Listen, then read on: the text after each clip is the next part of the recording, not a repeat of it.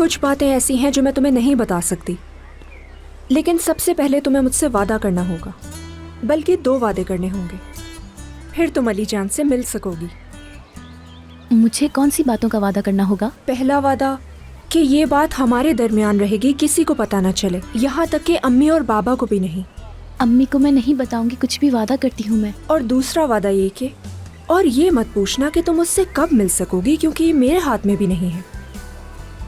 ठीक है, मैं तुमसे ये भी नहीं पूछूंगी, वादा करती हूँ मैं। फिर मैं भी तुमसे वादा करती हूँ, अपनी पूरी कोशिश करूंगी कि तुम्हें अली जान से मिलवा सकूं।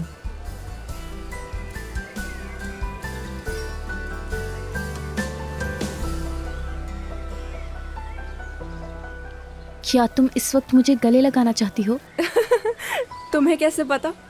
क्योंकि पहले भी तुमने मुझे ऐसे ही देखा था गले लगाने से पहले। तो फिर तैयार हो जाओ गले लगने के लिए, सिर्फ 10 सेकंड्स के लिए। ठीक है, मगर ज्यादा जोर से मत लगाना, ठीक है? ठीक है, जोर से नहीं।